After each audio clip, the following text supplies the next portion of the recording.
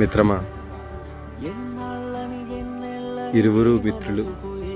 ఇందులో ఒకరు అవిశ్రాంత రైతు, 10 మందికి భోజనం పెట్టిన వ్యక్తి. ఇంకొకరు ఉద్యోగ రంగంలో తన వృత్తిని పూర్తి చేసుకుని ఇలా రోజు గుడి ప్రాంగణంలో వారి చిన్ననాటి జ్ఞాపకాలను నెబరవేసుకుంటూ నాలాంటి వచ్చి బాటసారులకి ఆ జ్ఞాపకాలను చెబుతూ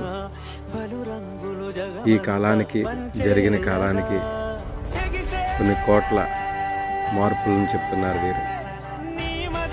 ఏదైనా ఓల్డ్ ఈజ్ గోల్డ్ అంటారు కదా, అలాగేంటంటే